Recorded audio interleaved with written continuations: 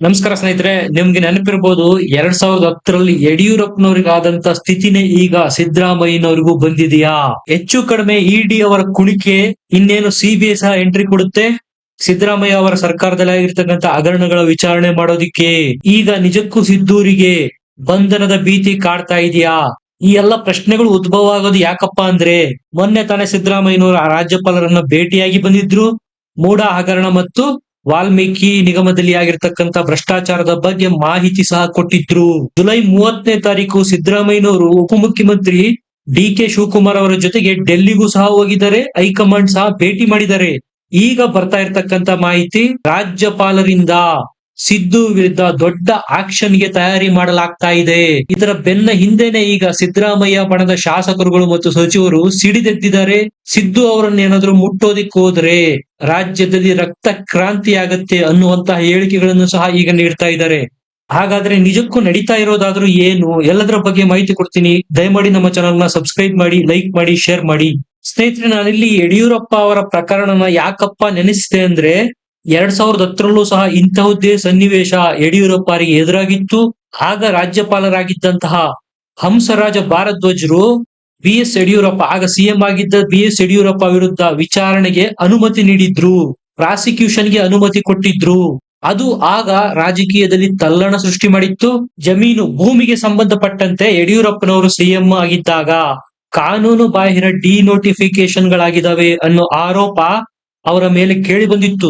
ಆಗ ಆ ಆರೋಪಗಳ ಬಗ್ಗೆ ಕೋರ್ಟ್ಗೆ ಖಾಸಗಿ ದೂರು ಕೊಟ್ಟಿದ್ರು ಆಗಿನ ವಕೀಲ ಸಿರಾಜಿನ್ ಪಾಷಾ ಅವರು. ಪ್ರಾಸಿಕ್ಯೂಷನ್ಗೆ, ಸಿಎಂ ವಿರುದ್ಧ ಪ್ರಾಸಿಕ್ಯೂಷನ್ಗೆ ಅನುಮತಿ ಕೊಡಬೇಕು ಅಂತೇಳಿ 2011ರಲ್ಲಿ ರಾಜ್ಯಪಾಲರಿಗೆ ಮನವಿ ಸಹ ಮಾಡಿದ್ರು. ಆ ಬಗ್ಗೆ ಪರಿಶೀಲನೆ ನಡೆಸಿದ್ದಂತಹ ರಾಜ್ಯಪಾಲರು ಯಡಿಯೂರಪ್ಪ ಅವರ ವಿರುದ್ಧ ಪ್ರಾಸಿಕ್ಯೂಷನ್ಗೆ ಆಗ ಅನುಮತಿ ಸಹ ಕೊಟ್ಟಿದ್ರು. ಅದಾದ ಮೇಲೆನೆ ಯಡಿಯೂರಪ್ಪನವರು ರಾಜೀನಾಮೆ ಕೊಟ್ಟಿದ್ದು.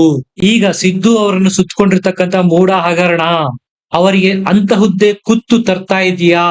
ಇದಕ್ಕೆ ಅನುಮಾನ ಯಾಕೆ ವ್ಯಕ್ತ ಆಗ್ತಾ ಇದೆಯಪ್ಪ ಅಂದ್ರೆ, ಈಗ ಎಲ್ಲರ ಚಿತ್ತ ರಾಜಭವನದತ್ತ ಹರಿತಾ ಇದೆ.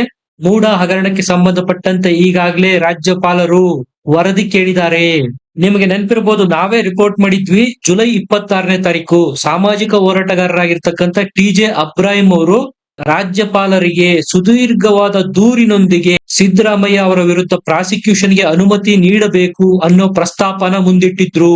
ಈಗ ರಾಜ್ಯಪಾಲರು ಸಹ ಆ ಟಿ.ಜೆ. ಅಬ್ರಾಹಿಂ ಅವರು ಕೊಟ್ಟಿರ್ತಕ್ಕಂಥ ದೂರನ್ನೇ ಮುಂದಿಟ್ಟುಕೊಂಡು ಸಿದ್ದರಾಮಯ್ಯ ಅವರ ಬಳಿ ಸುದೀರ್ಘ 1-1.5 ಗಂಟೆಗಳ ಕಾಲ ಮಾಹಿತಿ ಪಡ್ಕೊಂಡಿದ್ರು, ಏನೇನಾಗಿದೆ ಈ ಹಗರಣದಲ್ಲಿ ಅಂತ. ಹಾಗಾದ್ರೆ ನಿಜಕ್ಕೂ ರಾಜ್ಯಪಾಲರು ಈಗ ಟಿ.ಜೆ. ಅಬ್ರಾಹಿಂ ಅವರು ಕೊಟ್ಟಿರ್ತಕ್ಕಂತಹ ದೂರಿನಲ್ಲಿ ಏನು ಉಲ್ಲೇಖ ಮಾಡಿದರೆ ಸಿಎಂ ವಿರುದ್ಧ ಪ್ರಾಸಿಕ್ಯೂಷನ್ಗೆ ಅನುಮತಿ ಕೊಡಬೇಕು ಅಂತ, ನಿಜಕ್ಕೂ ಅದನ್ನ ಕೊಡ್ತಾರಾ ಈಗ ರಾಜ್ಯಪಾಲರು ಅನ್ನೋ ಅನುಮಾನಗಳು ಮೂಡ್ತಾ ಇದೆ. ಯಾವಾಗ ಸಿಎಂ ಸಿದ್ದರಾಮಯ್ಯ ಅವರ ವಿರುದ್ಧ ಆಕ್ಷನ್ ತೆಗೆದುಕೊಳ್ಳುವುದಕ್ಕೆ ರಾಜ್ಯಪಾಲರು ಮುಂದಾಗಿದ್ದಾರೆ, ಕೇಂದ್ರ ಬಿಜೆಪಿ ಸರ್ಕಾರ ಮುಂದಾಗಿದೆ ಇಡಿ ಮತ್ತು ಸಿಬಿಐ ಮೂಲಕ ಅನ್ನುವ ಸುಳಿವು ಕಾಂಗ್ರೆಸ್ ಪಕ್ಷದವರಿಗೆ ಸಿಕ್ತು. ಈಗ ಬಿಜೆಪಿ ಮತ್ತು ರಾಜ್ಯಪಾಲರ ವಿರುದ್ಧ ಹರಿಹಾಯ್ತಾ ಇದ್ದಾರೆ ಕಾಂಗ್ರೆಸ್ ನಾಯಕರು. ಅದರಲ್ಲೂ ಶಿವಲಿಂಗೇಗೌಡರಂತೂ ಬಿಜೆಪಿಯವರು ಸಿದ್ದರಾಮಯ್ಯ ಸರ್ಕಾರನ ಅಲುಗಾಡಿಸಿದ್ರೆ ರಕ್ತ ಕ್ರಾಂತಿಯಾಗುತ್ತೆ ಅನ್ನುವ ಎಚ್ಚರಿಕೆಯನ್ನು ಸಹ ಕೊಟ್ಟಿದ್ದಾರೆ. ಅವರೇ ಹೇಳಿದ್ದಾರೆ, ಈಗಾಗಲೇ ಸಿದ್ದರಾಮಯ್ಯ ವಿರುದ್ಧ ದೂರು ಸಲ್ಲಿಸಲಾಗಿದೆ, ಪ್ರಾಸಿಕ್ಯೂಷನ್ಗೆ ರಾಜ್ಯಪಾಲರು ಸಿಎಂಗೆ ನೋಟಿಸ್ ಕೊಡ್ತಾರೆ ಅನ್ನುವ ಗುಮಾನಿಗಳಿದೆ. ಇದು ನಿಜವಾಗಿದ್ದೇ ಆದರೆ, ಸಿದ್ದು ವಿರುದ್ಧ ಪ್ರಾಸಿಕ್ಯೂಷನ್ಗೆ ರಾಜ್ಯಪಾಲರು ನೋಟಿಸ್ ಜಾರಿ ಮಾಡಿದ್ದೇ ಆದರೆ ಅದರ ವಿರುದ್ಧ ಹೋರಾಟ ಮಾಡಬೇಕಾಗುತ್ತೆ ಕಾಂಗ್ರೆಸ್ ಪಕ್ಷ. ಬಿಜೆಪಿ ನಾಯಕರನ್ನು ಸುಮ್ಮನೆ ಬಿಡೋದಿಲ್ಲ, ರಾಜ್ಯದಲ್ಲಿ ರಕ್ತ ಕ್ರಾಂತಿ ಆಗುತ್ತೆ ಅಂತ ಎಚ್ಚರಿಕೆ ಕೊಟ್ರು ಶಿವಲಿಂಗೇಗೌಡರು. ಅವ್ರ ವಾರ್ನಿಂಗ್ ಹೆಂಗಿತ್ತಪ್ಪ ಅಂದ್ರೆ, ಕರ್ನಾಟಕ ರಾಜ್ಯದಲ್ಲಿ 1 ಇಂಚು ಸಿದ್ದರಾಮಯ್ಯ ಸರ್ಕಾರ ಏನಾದ್ರೂ ಅಲುಗಾಡಿದ್ರೆ ನೆನ್ಪಿಟ್ಕೊಳ್ಳಿ, ರಾಜ್ಯದಾದ್ಯಂತ ರಕ್ತ ಕ್ರಾಂತಿ ಆಗುತ್ತೆ. ನೀವು ಏನಾದ್ರೂ ಸಿಎಂಗೆ ನೋಟಿಸ್ ಕೊಡಬೇಕು ಅಂತ ಯೋಚನೆ ಮಾಡಿದ್ರು ಸಹ ಅದನ್ನ ಈಗಲೇ ವಾಪಸ್ ತೆಗೆದುಕೊಳ್ಳಿ, ಇಲ್ಲವಾದ್ರೆ ದೊಡ್ಡ ಹೋರಾಟ ಮಾಡಬೇಕಾಗುತ್ತೆ. 136 ಶಾಸಕರು ಗೆದ್ದು ಅಭೂತಪೂರ್ವ ಬಹುಮತ ಪಡೆದಿರ್ತಕ್ಕಂಥ ಸರ್ಕಾರನ ಅಲುಗಾಡಿಸೋದಿಕ್ಕೆ ಬಿಜೆಪಿಯವರು ಪ್ರಯತ್ನ ಮಾಡ್ತಾ ಇದ್ದಾರೆ ಅನ್ನೋದು ಶಿವಲಿಂಗೇಗೌಡರ ಆರೋಪ. ಒಂದರ್ಥದಲ್ಲಿ ಶಿವಲಿಂಗೇಗೌಡರು ಹೇಳ್ತಾರೆ, ಎಲ್ಲ ಕಾಂಗ್ರೆಸ್ನ ನಾಯಕರು ಕಾರ್ಯಕರ್ತರು ತಯಾರಾಗಿರ್ರಿ, ನಾವು ಯುದ್ಧ ಮಾಡಬೇಕಾಗತ್ತೆ ರಾಜ್ಯದಲ್ಲಿ ಅಂತ. ಸ್ನೇಹಿತರೆ, ನಿಜಕ್ಕೂ ಕಾಂಗ್ರೆಸ್ ನಾಯಕರಿಗೆ ಸುಳಿವು ಸಿಕ್ಕಿದ್ಯಾ ಸಿಎಂ ಸಿದ್ದರಾಮಯ್ಯ ಅವರ ಸರ್ಕಾರನ ಇಕ್ಕಟ್ಟಿಗೆ ಸಿಲುಕಿಸೋದಿಕ್ಕೆ? ಖುದ್ದು ಸಿಎಂ ಸಿದ್ದರಾಮಯ್ಯನವರನ್ನೇ ಜೈಲಿಗಟ್ಟೋದಿಕ್ಕೆ ಕೇಂದ್ರ ಸರ್ಕಾರ ಇಡಿ ಮತ್ತು ಸಿಬಿಐ ಮೂಲಕ ಪ್ಲಾನ್ ಮಾಡ್ತಾ ಇದೆ ಅನ್ನುವ ಸುಳಿವು ಕಾಂಗ್ರೆಸ್ ನಾಯಕರಿಗೆ ಈಗ ಸಿಕ್ಕಿದೆ. ದಕ್ಷಿಣ ಭಾರತದಲ್ಲಿರ್ತಕ್ಕಂಥ ಒಂದೇ ಒಂದು ಸರ್ಕಾರ, ಕಾಂಗ್ರೆಸ್ ಸರ್ಕಾರನ ಉಳಿಸ್ಕೊಳ್ಳೋದಿಕ್ಕೆ ಶತಪ್ರಯತ್ನ ಮಾಡ್ತಾ ಇದ್ದಾರೆ. ಅವರ ಆರೋಪ ಏನಪ್ಪಾ ಅಂದ್ರೆ ರಾಜಭವನನ ಬಿಜೆಪಿ ಅವರು ದುರುಪಯೋಗ ಮಾಡ್ಕೋತಾ ಇದ್ದಾರೆ. ಇಡಿ ಮತ್ತು ಸಿಬಿಐ ನ ದುರುಪಯೋಗ ಮಾಡಿಕೊಂಡು ಈಗ ಸಿಎಂ ಸಿದ್ದರಾಮಯ್ಯ ಅವರಿಗೆ ನೋಟಿಸ್ ಕೊಟ್ಟಿದ್ದಾರೆ. ಇನ್ನು ಮುಂದುವರೆದು ರಾಜ್ಯಪಾಲರೇನಾದ್ರೂ ಸಿಎಂ ಸಿದ್ದು ವಿರುದ್ಧ ಪ್ರಾಸಿಕ್ಯೂಷನ್ಗೆ ಅನುಮತಿ ಕೊಟ್ಟಿದ್ದೇ ಆದ್ರೆ ಉಗ್ರ ಹೋರಾಟ ಮಾಡಲಾಗುವುದು ಅನ್ನೋ ಎಚ್ಚರಿಕೆನ ಕಾಂಗ್ರೆಸ್ನವರು ಈಗ ಕೊಡ್ತಾ ಇದ್ದಾರೆ. ಒಂದು ವೇಳೆ ರಾಜ್ಯಪಾಲರೇನಾದ್ರೂ ಟಿ.ಜೆ. ಅಬ್ರಾಮ್ ಅವರು ಕೊಟ್ಟಿರ್ತಕ್ಕಂಥ ದೂರಿನನ್ವಯ ಪ್ರಾಸಿಕ್ಯೂಷನ್ಗೆ ಅನುಮತಿ ಕೊಟ್ಟಿದ್ದೇ ಆದರೆ ಸಿದ್ದುಗೆ ಬಂಧನದ ಭೀತಿ ಕಾಡೋದ್ರಲ್ಲಿ ಯಾವುದೇ ಸಂಶಯ ಉಳಿದಿಲ್ಲ. ಸ್ನೇಹಿತರೆ, ಇದರ ಜೊತೆಗೆ ಇನ್ನೊಂದು ಶಾಕಿಂಗ್ ವಿಚಾರ ಏನಪ್ಪಾ ಅಂದ್ರೆ ಈ ಎಲ್ಲ ಬೆಳವಣಿಗೆಗಳ ಮಧ್ಯೆ ನೀವು ಗಮನಿಸಿರ್ಬೋದು, ಡಿ.ಸಿ.ಎಂ ಡಿ.ಕೆ. ಶಿವಕುಮಾರ್ ಅವರು ಸಹ ಡೆಲ್ಲಿನಲ್ಲಿದ್ದಾರೆ. ಈಗ ಸಿದ್ದು ಅವರು ಸಹ ಡೆಲ್ಲಿನಲ್ಲೇ ಇದ್ದಾರೆ.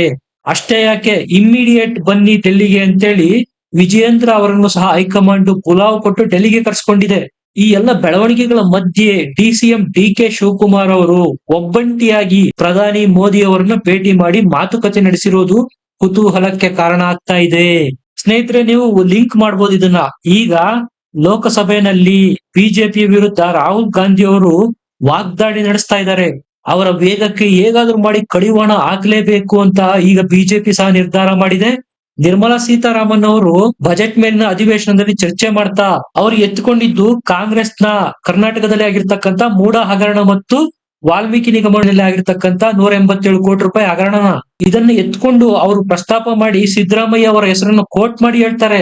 ಸಂಸತ್ನಲ್ಲಿ ಸಿದ್ದರಾಮಯ್ಯ ಅವರೇ ಒಪ್ಕೊಂಡ್ಬಿಟ್ಟಿದ್ದಾರೆ, ಇಲ್ಲ 187 ಕೋಟಿ ರೂಪಾಯಿ ಹಗರಣ ಆಗಿಲ್ಲ, ಆಗಿರೋದು 89 ಕೋಟಿ ರೂಪಾಯಿ ಮಾತ್ರ ಅಂತ.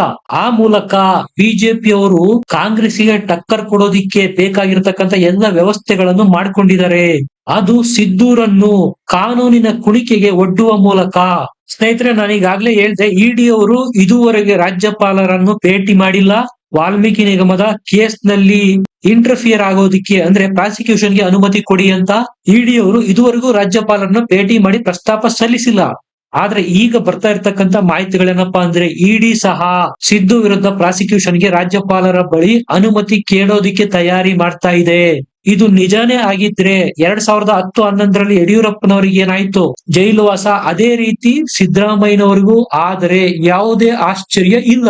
ಈ ಎಲ್ಲ ಘಟನೆಗಳ ಹಿನ್ನೆಲೆಯಲ್ಲಿ ಸಿದ್ದರಾಮಯ್ಯನವರು ಯಾವ ಸ್ಟೆಪ್ ಫಾಲೋ ಮಾಡ್ತಾರೆ ಅನ್ನೋದೇ ಈಗ ಕುತೂಹಲ ಕೆರಳಿಸಿರೋದು.